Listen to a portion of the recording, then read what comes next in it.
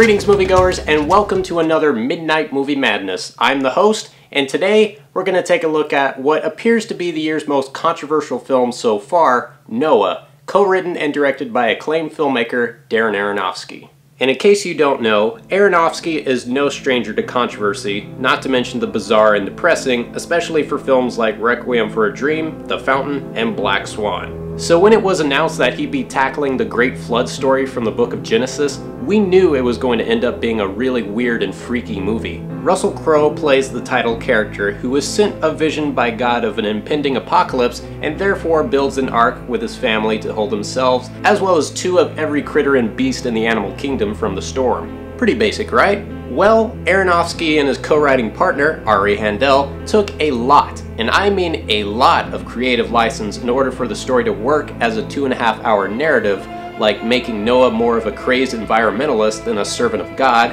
and possibly the biggest change of them all, 6 armed rock giants known as the Watchers, who are fallen angels that were encrusted with the filth of the earth and wind up helping Noah build his ark. So if you were expecting yet another traditional retelling of the classic fable, you're probably going to be just a tad bit disappointed. But for those who could care less and are open-minded enough for any modern-day interpretations, you might end up enjoying this more than you probably expected. The cast could not have been better, as each and every single actor in this gave an extraordinary performance, including Jennifer Connelly, Ray Winstone, Emma Watson, Anthony Hopkins, and of course, Russell Crowe, who gives one of his very best performances as Noah. The cinematography is breathtaking, the score hauntingly beautiful, and the effects range from being mind-blowingly cool to they could have been done better, mostly for the CGI rendering of the few animals. And I can understand why, as this film has been widely known to feature the most complicated digital effect shots produced by ILM, so I won't pick on those guys too much. But that in no way, shape, or form shouldn't take away from the movie's best element,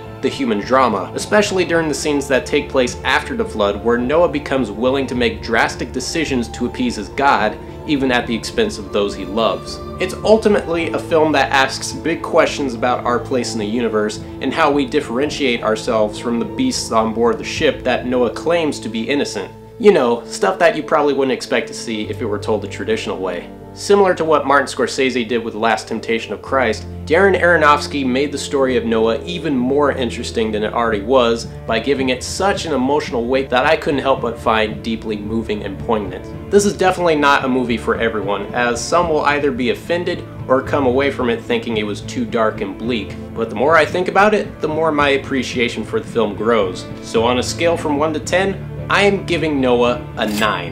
It's surreal, thought-provoking, and epic filmmaking at its finest, and one that hardly ever gets made or released nowadays. And that concludes our show. I'm the host, and I will see you next time on another Midnight Movie Madness.